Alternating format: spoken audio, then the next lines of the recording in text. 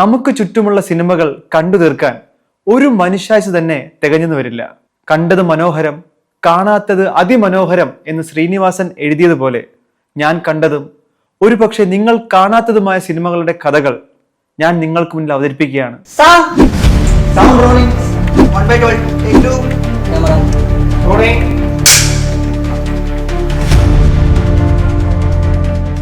ഒന്ന് മുതൽ 0 വരെ ഒരു ടെലഫോൺ കാണിച്ചുകൊണ്ടാണ്, അതിന്റെ ശബ്ദം കേൾപ്പിച്ചുകൊണ്ടാണ് ഈ സിനിമ തുടങ്ങുന്നത്. അലീന ഈ സിനിമയിലെ പ്രധാന കഥാപാത്രം. അലീനയുടെ ഒരേ ഒരു മകൾ ദീപമോൾ. അമ്മയും മകളും ഒരു വലിയ വീട്ടിൽ തനിച്ചാണ് താമസം. ജോസൂട്ടി മരിച്ചിട്ട് വർഷങ്ങൾ കഴിഞ്ഞു. തന്റെ ഭർത്താവ് മരിച്ചിട്ടും ഇപ്പോഴും അയാളെ പ്രണയിക്കുകയാണ് അലീന. അയാളുടെ ഓർമ്മകളുമായി അയാളുമൊത്ത് ജീവിച്ച അതേ വീട്ടിൽ അയാളുടെ പിയാനോ പൊന്നുപോലെ സൂക്ഷിച്ച് ആ ഓർമ്മകളുമായി ജീവിക്കുകയാണ് അലീന. ദീപമോൾക്കൊരു സ്വഭാവമുണ്ട്. അവൾ പപ്പയെ മിസ് ചെയ്യുമ്പോഴൊക്കെ പപ്പ വാങ്ങിക്കൊടുത്ത ടെലിഫോൺ എടുത്ത് ആ നമ്പറിൽ ഏതെങ്കിലും നമ്പർ കറക്കി ആരെങ്കിലും വിളിച്ച് സംസാരിച്ചു കൊണ്ടേ ഇരിക്കുമായിരുന്നു. പലപ്പോഴും അലീനയ്ക്ക് ഇത് തെറി കേൾക്കേണ്ട കാരണമാവാറുണ്ട്. എങ്കിലും തന്റെ മകളുടെ ഇഷ്ടത്തിനനുസരിച്ച് അലീന നിന്നു കൊടുക്കുമായിരുന്നു. അങ്ങനെ ഒരു ദിവസം, ജോസൂട്ടിയുടെ ഓർമ്മ ദിവസം, തന്റെ ഭർത്താവിന്റെ ഓർമ്മകളുമായി അയാളുടെ പിയാനോയിൽ തല വെച്ച് കിടക്കുകയായിരുന്നു അലീന. എപ്പോഴും ചെയ്യാറുള്ള പോലെ ടെലിഫോണിൽ ഏതോ നമ്പർ കറക്കി കളിച്ചുകൊണ്ടിരിക്കുകയായിരുന്നു. അപ്പോഴാണ് അലീന ശ്രദ്ധിക്കുന്നത്, ദീപമോൾ ഫോണിൽ ആരോടോ കുറെ നേരമായി സംസാരിക്കുന്നു. ഇത് ആരോടോ സംസാരിക്കുന്നതെന്ന് അറിയാനായിട്ട് അലീന മകളുടെ കയ്യിൽ നിന്നും ആ ഫോണിന്റെ റിസീവർ അങ്ങോട്ട് പിടിച്ചു വാങ്ങി. പക്ഷെ ഇത്തവണ ദൈവമേ ആരെ തെറി കേൾക്കും എന്ന് പേടിച്ചായിരുന്നു റിസീവർ അലീന ചെവിയിലേക്ക് വെച്ചത്. പക്ഷെ അവിടെ കേട്ടത് മധുരമായ ഒരു സ്വരം, തൻ്റെ മകളോട് സ്നേഹം തുളുമ്പുന്ന ഒരു സംസാരം. ഇതാരാ മോളെ എന്ന് ചോദിച്ചപ്പോ ഒന്ന് ആലോചിച്ച ശേഷം ദീപമോള് പറഞ്ഞു, അതാണ് ടെലിഫോൺ അങ്കിൾ. ടെലിഫോൺ അങ്കിളോ? ഇത് കേട്ട് അലീന ചിരിച്ചു. പിന്നീടുള്ള എല്ലാ ദിവസങ്ങളിലും കൃത്യം രാവിലെയും വൈകിട്ടുമായി ടെലിഫോൺ അങ്കിളിന്റെ ഫോൺ കോൾ വന്നുകൊണ്ടേയിരുന്നു. ഒരു റിസീവറിന്റെ അപ്പുറം ഇപ്പുറം ഇരുന്ന് ദീപമോളും അലീനയും ആ സംസാരം കേട്ടു, തമാശകൾ കേട്ടു, ചിരിച്ചു. ഒരിക്കൽ ടെലിഫോൺ അങ്കിളുമായി സംസാരിക്കുന്നതിനിടയിൽ വീട്ടിൽ പിയാനോ ഉണ്ടെങ്കിൽ പിയാനോ പാടും, ഞാനത് കേൾപ്പിക്കാമെന്ന് കരുതി ദീപമോൾ ചെന്ന് പിയാനോയിൽ എന്തൊക്കെയോ തട്ടി കളിക്കുന്നുണ്ട്. ഇത് ടെലിഫോണിലൂടെ അങ്കിൾ കേൾക്കുന്നുമുണ്ട്. ഇത് അലീന കണ്ടിട്ട് പറയും, ഇതിൽ മാത്രം കളിക്കാൻ പറ്റില്ല എന്ന് പറഞ്ഞ് അവളെ വഴക്ക് പറയും. ഇതെല്ലാം അങ്കിൾ ഫോണിൽ കൂടി കേൾക്കുന്നുണ്ടായിരുന്നു. ദീപമോൾ സ്കൂളിലെ ടീച്ചറിനോടും മദറിനോടും എല്ലാവരോടും തനിക്കൊരു ടെലിഫോൺ അങ്കിളിനെ കിട്ടിയ കാര്യം സന്തോഷത്തോടെ പറയുന്നു. അങ്ങനെ ക്രിസ്മസ് അവധിയായി. പള്ളിയിൽ വെച്ച് അലീനയും കൂട്ടുകാരിയും ദീപമോളും പ്രാർത്ഥിക്കാനായി ചെന്നു. അലീനയുടെ കൂട്ടുകാരി ഓരോന്ന് പറഞ്ഞ് അലീനയെ പേടിപ്പിച്ചു. തിരികെ വീട്ടിലെത്തിയ അലീന മകളോട് ടെലിഫോൺ അങ്കിളിന്റെ ഫോൺ കോൾ വന്നത് പറയാതെയായി. അങ്ങനെ ഒരു ക്രിസ്മസ് ദിവസം രാത്രി കരോൾ വരുന്ന സമയമായി. മകൾക്ക് വേണ്ടിയുള്ള തുണി തയ്ക്കുകയായിരുന്നു അലീന. പെട്ടെന്ന് മെഷീൻ ഒന്ന് നിർത്തി അലീന ചുറ്റും നോക്കിയപ്പോൾ മകളുടെ സൗണ്ട് കേൾക്കുന്നില്ല. ദീപമോളുടെ അനക്കമൊന്നും കേൾക്കുന്നില്ല. മകൾ എവിടെ പോയെന്ന് അറിയാനെ പോയി നോക്കുമ്പോൾ വീട്ടിൽ ഒരിടത്തും ദീപമോളില്ല. തൻ്റെ പിയാനോയുടെ താഴെ ഒളിച്ചിരിക്കുന്ന പതിവുണ്ട് ദീപമോൾക്ക്, അവിടെയുമില്ല. അവൾ പേടിച്ചുപോയി. ഈശ്വര, മകൾ എവിടെയെന്ന് അറിയാനായി അവൾ പുറത്തേക്ക് വന്നതും കരോളിന്റെ ഒത്ത നടുക്ക് റോഡിൽ കയ്യിലൊരു ഗിഫ്റ്റ് ബോക്സും പിടിച്ച് ദീപമോൾ നിൽക്കുകയാണ്. അലീന ഓടിച്ചെന്ന് മകളെ പിടിച്ച് വീട്ടിലേക്ക് കൊണ്ടുവന്നു. നീ എന്തിനാ പുറത്തേക്ക് പോയേ? ഇതെന്താ ഈ ബോക്സ്? അപ്പോ പേടിച്ച് വിറച്ചുകൊണ്ട് ദീപമോൾ പറഞ്ഞു, അങ്കിളിന്റെ ഒരു സാന്താക്ലോസ് വന്നല്ലോ, എൻ്റെ ഒരു ഫോട്ടോ എടുത്തു, ഈ ഗിഫ്റ്റും തന്നു. അതിനാ നിന്റെ ഫോട്ടോ എടുത്തേ? ഇതെന്താ ഗിഫ്റ്റിനകത്ത്? മകള് പേടിച്ച് തൻ്റെ ജോസൂട്ടിയുടെ തൻ്റെ പിയാനോയുടെ താഴെ വന്ന് ഒളിച്ചു. അലീന അവിടേക്ക് വന്ന്, ഇറങ്ങുക, പുറത്തു വാ, ദേഷ്യപ്പെടുക. ഗിഫ്റ്റ് ബോക്സ് നെഞ്ചത്ത് ചേർത്ത് പിടിച്ച് ദീപമോൾ ഇരിക്കുക. ഇതെന്താ ഈ ബോക്സിനകത്ത്? കേക്ക്. അലീന ദേഷ്യത്തോടെ ആ ഗിഫ്റ്റ് വലിച്ചങ്ങ് തുറന്ന് അലീന കണ്ടത് അവൾ ഒട്ടും പ്രതീക്ഷിക്കാത്ത ഒരു ഗിഫ്റ്റായിരുന്നു അതിനകത്ത്. ആ ഗിഫ്റ്റ് അവൾ പതിയെ പുറത്തേക്ക് എടുത്തു. ഒരു കുഞ്ഞു പിയാനോ, ചുവന്ന നിറത്തിലുള്ള. വെറും ശബ്ദം കൊണ്ട് മാത്രം കേട്ട ഒരാൾക്ക് തൻ്റെ മകളുടെ മനസ്സിനെ ഇത്രമേൽ മനസ്സിലാക്കാൻ കഴിഞ്ഞല്ലോ എന്ന് അലീന തിരിച്ചറിഞ്ഞ നിമിഷം കൂടെ ആയിരുന്നു അത്.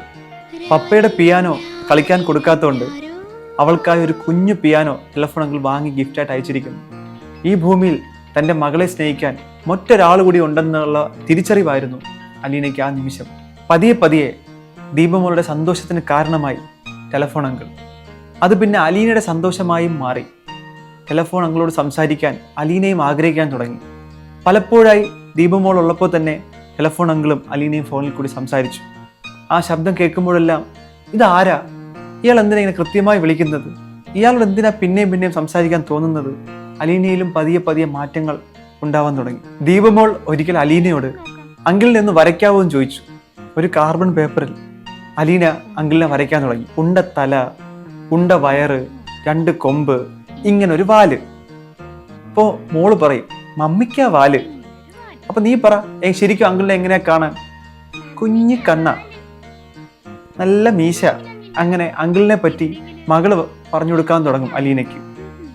പിന്നെ ഇതുവരെ കണ്ടിട്ടില്ലാത്ത ശബ്ദം കൊണ്ട് മാത്രം തനിക്കറിയാവുന്ന അയാളെ അലീന വരയ്ക്കാൻ തുടങ്ങും. താൻ സംസാരിക്കുന്ന ഈ ടെലഫോൺ അങ്കിൾ ഒരു ചുമരിനപ്പുറം ഉണ്ടെന്നുള്ള കാര്യം അവൾ മനസ്സിലാക്കി. അയാളെ ഒന്ന് കാണാനായി അയാൾ ആ മുറിയിലേക്ക് ഓടി. അയാൾ അവിടെ നിന്ന് പൊയ്ക്കഴിഞ്ഞിരുന്നു. ലിഫ്റ്റിലേക്ക് കയറി. അലീന പിന്തുടർന്നു. ആ ശബ്ദത്തിനുടമയെ ഒന്ന് കാണാനായി അവൾ ഓടിക്കൊണ്ടേയിരുന്നു. അവൾ ഓടി എത്തുമ്പോഴേക്കും അയാൾ കാറിൽ കയറി ഹോസ്പിറ്റലിൽ നിന്നും പുറത്തേക്ക് പോയിരുന്നു. അവൾ ഒരിക്കൽ വരച്ചു തുടങ്ങിയ ആ പെയിന്റിങ് അവൾ വരയ്ക്കാൻ പിന്നെയും ആരംഭിച്ചു. വരച്ച് ആ മുഖം, ശബ്ദത്തിലൂടെ മാത്രം കേട്ടിട്ടുള്ള ആ മുഖം അവൾ വരച്ച് പൂർത്തിയാക്കി. അപ്പോഴും സംവിധായകൻ അവൾ വരച്ച രൂപം പ്രേക്ഷകന് കാണിച്ചു തരുന്നില്ല. അവൾ വരച്ച് പൂർത്തിയാക്കിയ ആ രൂപത്തിൽ നോക്കി അവൾ സംസാരിക്കാൻ തുടങ്ങി. എന്താ നോക്കി പേടിപ്പിക്കുന്ന? നമ്പർ ചോദിച്ചാ പറഞ്ഞൊന്നുണ്ടാ, പേര് ചോദിച്ചാ അതും പറഞ്ഞില്ല. എനിക്ക് കണ്ടുപിടിക്കാൻ കഴിയില്ലെന്ന് വിചാരിച്ചു. ആ ചിത്രത്തിലൂടെ അവളുടെ മനസ്സിലേക്കും നിറങ്ങൾ പടർന്നു കയറി. മകൾക്ക് പനി കൂടുതലായ ഒരു രാത്രി ടെലഫോൺ അങ്കിളിനോട് അവൾ പറയുന്നുണ്ട്, മകൾക്ക് തീരെ വയ്യ. അവൾക്ക് ഉറപ്പായിരുന്നു ഇന്ന് രാത്രി മകളെ കാണാൻ ടെലഫോൺ അങ്കിൾ വരും. വർഷങ്ങൾക്ക് ശേഷം അവൾ കണ്ണാടിക്ക് മുന്നിൽ നിന്ന് അണിഞ്ഞൊരുങ്ങാൻ തുടങ്ങി. പുതിയ സാരി ഉടുത്തു, ആഭരണങ്ങൾ അണിഞ്ഞു. ഏറ്റവും സുന്ദരിയായി അവൾ തന്നെ സ്വയം ഒരുക്കി. ടെലഫോൺ അങ്കിൾ വരുമ്പോൾ ഏറ്റവും സുന്ദരിയായി അവളെ അയാൾ കാണുവാനായി. അയാളുടെ വരവിനും കാത്തവളിരുന്നു. പുറത്ത് കോളിംഗ് ബെൽ അടിച്ചു. അവൾ ഓടിച്ചെന്ന് ഏറ്റവും പ്രതീക്ഷയോടെ ചെന്ന് ആ കതക് തുറന്നു. പക്ഷെ മുന്നിലുണ്ടായിരുന്നത് വയസ്സനായ ഒരാളായിരുന്നു, ഡോക്ടർ. ടെലഫോൺ അങ്കിൾ വന്നില്ല, പകരം ഡോക്ടറെ പറഞ്ഞയച്ചിരിക്കുന്നു. ഡോക്ടർ വന്നു, മകളെ നോക്കി മരുന്ന് കൊടുത്തു. ഹസ്ബൻഡ് വിളിച്ചു പറഞ്ഞു, മകൾക്ക് തീരെ വയ്യ, ഒന്ന് ചെല്ലണം ഡോക്ടർ. അപ്പോൾ ഡോക്ടറിൻ്റെ മനസ്സിൽ അലീനയുടെ ഭർത്താവാണ് വിളിച്ചു പറഞ്ഞ ആൾ. എന്താ ഭർത്താവിൻ്റെ ജോലി, എന്താ പേരെന്താ, അങ്ങനെ ഡോക്ടർ ഓരോ കാര്യങ്ങൾ ചോദിക്കുന്നുണ്ട്.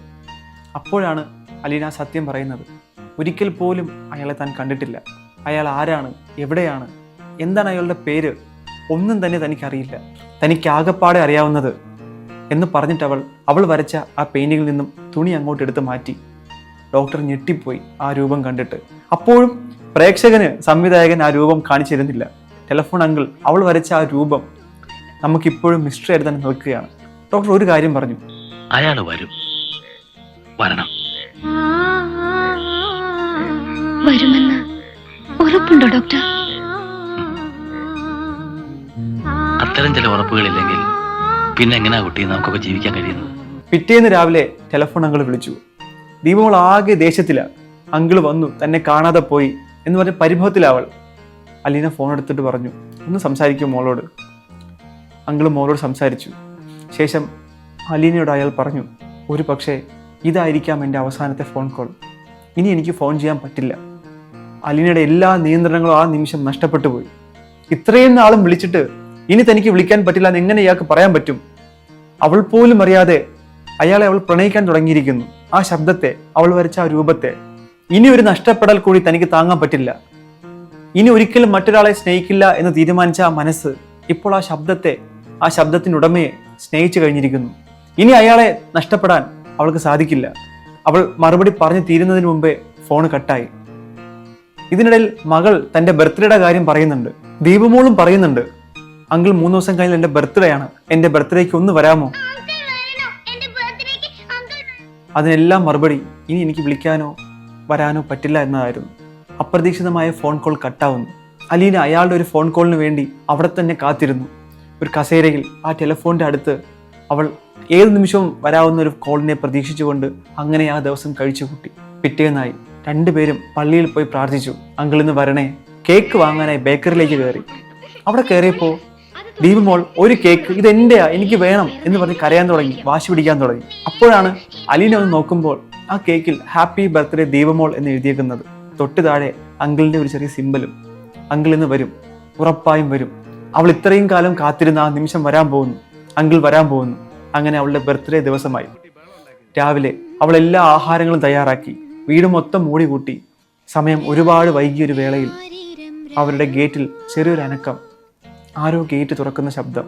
ദീപമോൾ ചെന്ന് നോക്കുമ്പോൾ ഇരുട്ടിന്റെ മറവിൽ നിന്നും ഒരാൾ പതിയെ വെട്ടത്തിലേക്ക് നടന്നു വരികയാണ്. ദീപമോൾ ഓടിച്ചെന്ന് അയാളുടെ കയ്യിലേക്ക് പിടിച്ച് നേരെ വീട്ടിനകത്തോട്ട് കൊണ്ടുവന്ന്, അപ്പോഴും ഈ വരുന്ന ആളുടെ മുഖം നമ്മൾ കാണുന്നില്ല.